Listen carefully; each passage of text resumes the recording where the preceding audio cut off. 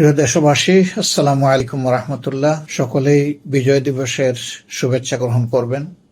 মহান আল্লাহ রাব্বুল আলমিনের প্রতি গভীর শুকরিয়া যে তার একান্ত মেহরবানি হিসেবে তিনি আমাদেরকে একটি স্বাধীন বাংলাদেশ উপহার দিয়েছেন এবং এবছর আমরা বাংলাদেশের 54তম বিজয় দিবস উদযাপন করছি।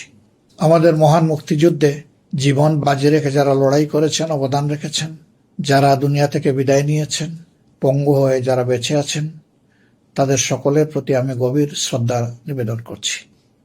আমি দোয়া করি আল্লাহ তাআলা তাদের ত্যাগের উপযুক্ত বিনিময় যেন তাদেরকে দান করেন এবং তারা যে স্বপ্ন নিয়ে সেদিন লড়াই করেছিলেন সেই স্বপ্ন যেন বর্তমান প্রজন্মের মাধ্যমে বাস্তবায়িত হয়।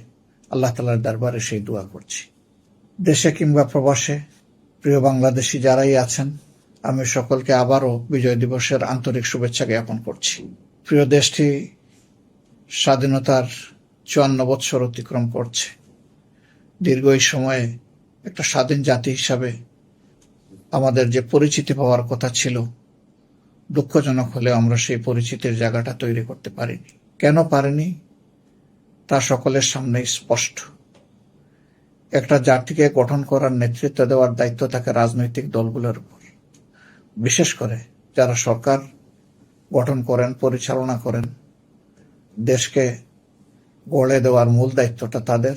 জনগণ তাদের সহযোগিতার অংশীদার।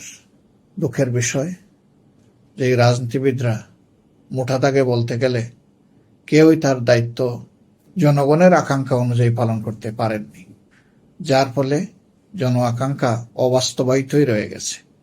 বিশেষ করে স্বাধীনতার উষ্ণালগ্নে যে সম্ভাবনা তৈরি হয়েছিল একটি দুর্নীতিমুক্ত, ইনসাফ ভিত্তিক, মানবিক বাংলাদেশ গড়ার, তা বাংলাদেশের জন্মের পরপরই মুখ থুবড়ে পড়ে এবং জনগণের আশা দুরাশায় পরিণত হয়।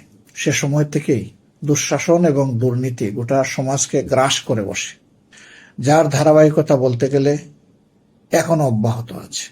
দুর্নীতি এমন এক ভয়াবহ আকার ধারণ করেছে যে সমস্ত মানুষ এর দ্বারা ক্ষতিগ্রস্ত হচ্ছেন।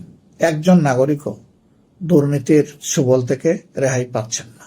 দুঃশাসন গত 15 বৎসরে 15.5 বৎসর যারা শাসন করেছিলেন তাদের সময় ইতিহাসের সর্বোচ্চ সীমায় উপনীত হয়েছিল। সেই দুঃশাসন থেকে আল্লাহ তাআলা 24-এর গণ আন্দোলনের মধ্য দিয়ে, গণবিপ্লবের মধ্য দিয়ে জাতিকে মুক্তি দিয়েছেন। আরেকবার আল্লাহ তাআলা শুকরিয়া আদায় করি। আমাদের সামনে নতুন দেশ গড়ার হাতছানি।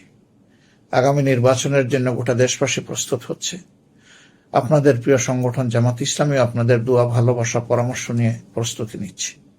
এই নির্বাচনের মধ্য দিয়ে এমন একটি শক্তি সামনে নির্বাচিত হোক আমরা প্রত্যাশা করি, যাদের হাতে বাংলাদেশের জনগণের জীবন, সম্পদ এবং ইজ্জত রক্ষা পাবে।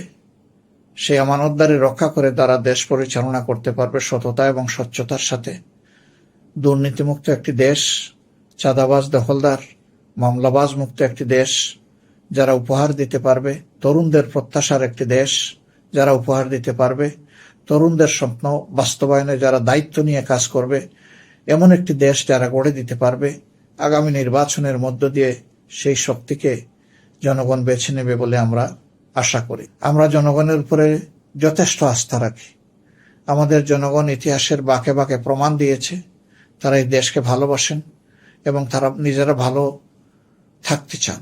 কতিপয় দুষ্ট লোকের কারণেই জনগণ বারবার প্রতারিত হয়েছে, ক্ষতিগ্রস্ত হয়েছে। আমরা চাই না সেই দুষ্ট পথ এই সমাজে অব্যাহত থাকুক। এর হাত থেকে দেশ মুক্তি পাক, নতুন বাংলাদেশ জন্ম নিক। আজকের এই দিনে এ শপথ হোক আমাদের সকলের। আমরা সেই অঙ্গীকারে আবদ্ধ হব। আগামীর বাংলাদেশ হবে একটি নতুন বাংলাদেশ। আগামীর বাংলাদেশ হবে তারুণ্যদীপ্ত বাংলাদেশ। আগামীর বাংলাদেশ হবে দুর্নীতি এবং দুঃশাসন মুক্ত বাংলাদেশ। সর্বোপরি আগামীর বাংলাদেশ হবে একটি মানবিক বাংলাদেশ। সবাই ভালো থাকবেন। আল্লাহ তাআলা সবাইকে ভালো রাখুন। আসসালামু আলাইকুম ওয়া রাহমাতুল্লাহি ওয়া বারাকাতুহু।